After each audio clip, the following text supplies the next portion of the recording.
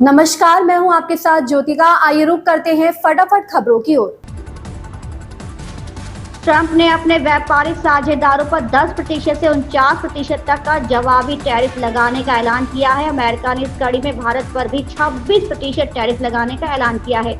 अमेरिकी टैरिफ के असर से भारत के निर्यात से जुड़े प्रमुख क्षेत्रों पर नकारात्मक असर पड़ सकता है। हालांकि कुछ क्षेत्रों को जवाबी टैरिफ से फिलहाल तो राहत दी गई है, लेकिन उनका भविष्य भी अनिश्चित है।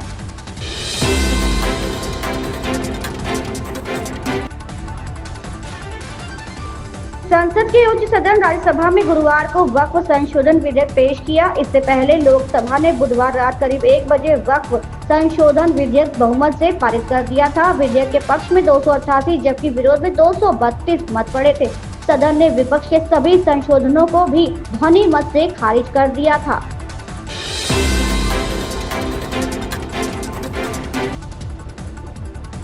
लोकसभा में पारित वक्फ संशोधन विधेयक पर उत्तर प्रदेश के मुख्यमंत्री योगी आदित्यनाथ ने कहा, कुछ लोग नहीं चाहते थे कि प्रयागराज जैसी पौराणिक जगह को उसकी पहचान मिले, क्योंकि उनके लिए उनका वोट बैंक महत्वपूर्ण था।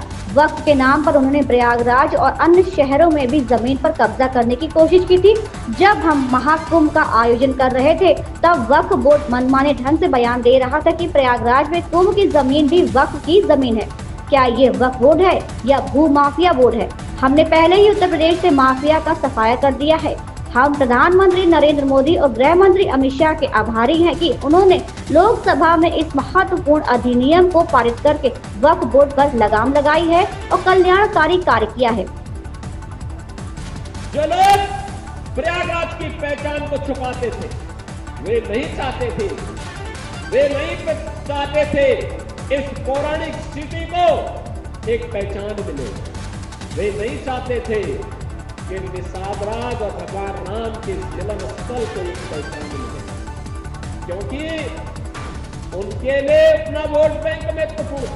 देख रहे हो ना, देख रहे हो यहां पर भी निषादराज की पौराणिक भूमि पर कब्जा और जगह जगह शहरों पर भी वक्फ के नाम पर कब्जे किए गए। अब तो हम प्रधानमंत्री जी के प्रति आभार व्यक्त करते हैं।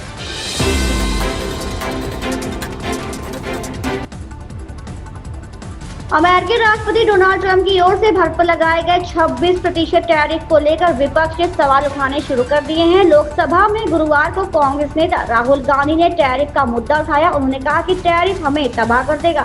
सरकार इस मुद्दे पर क्या कर रही है? उन्होंने LAC की स्थिति का भी मुद्दा उठाया। वित्त मंत्री निर्मला सीतारमण ने बताया कि PPF खातों के लिए नामांकित व्यक्तियों के विवरण अपडेट करने से जुड़े किसी भी शुल्क को हटाने के लिए 2 अप्रैल 2025 के राजपत्र अधिसूचना के माध्यम से सरकारी बचत संवर्धन सामान्य नियम 2018 में आवश्यक बदलाव किए गए हैं।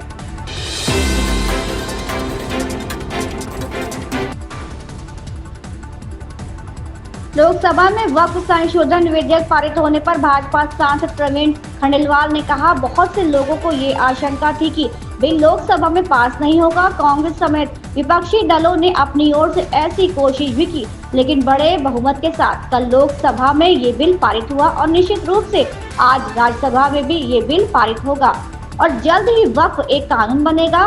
कल गृह मंत्री अमित शाह ने एक आशंका का जवाब दिया, जिससे विपक्ष का वो नैरेटिव ध्वस्त हो गया जो पूरे देश में बना रहे थे। ये जितनी भी पार्टियां हैं, वो केवल एक ही वर्ग के तुष्टीकरण की नीति पर चल रही है। वक्फ का कानून देश के मुस्लिम वर्ग को एक नई दिशा देगा।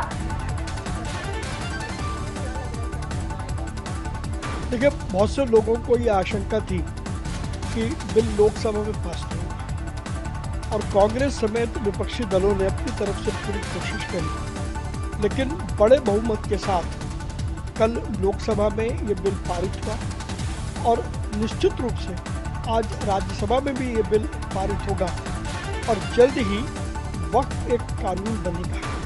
कल जिस प्रकार की बहस वहाँ पर हुई और जिस प्रकार से माननीय गृह मंत्री श्री अमित शाह जी ने एक एक आशंका का जवाब दिया।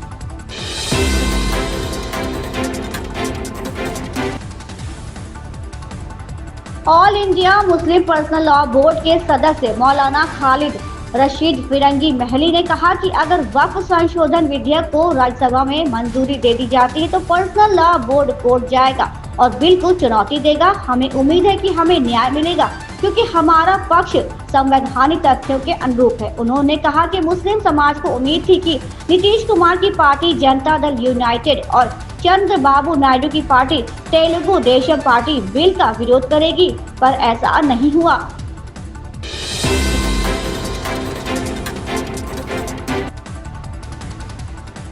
कांग्रेस अध्यक्ष मल्लिकार्जुन खड़गे ने गुरुवार को राज्यसभा में भाजपा सांसद अनुराग ठाकुर के आरोप का जोरदार जवाब देते हुए कहा, झुकूंगा नहीं। दरअसल ये डायलॉग अल्लू अर्जुन की ब्लॉकबस्टर फिल्म पुष्पा से प्रचलित हुआ था। भाजपा सांसद ने आरोप लगाया कि वक्फ जमीन हड़पने के मामले में कांग्रेस अध्यक्ष भी आरोपी हैं। इस पर पलटवार करते हुए खड़गे ने फिल्मी अंदाज में कहा कि वो राजनीतिक हमलों के आगे नहीं झुकेंगे।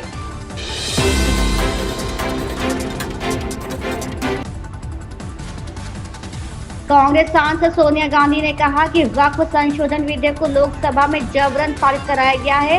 एसपीपी की बैठक में बोलते हुए सोनिया ने कहा कि पार्टी प्रस्तावित एक राष्ट्र एक चुनाव विधेयक का भी विरोध करेगी। उन्होंने इसे संविधान को नुकसान पहुंचाने। इन खबरों में बस इतना ही। बने रहिए हमारे साथ।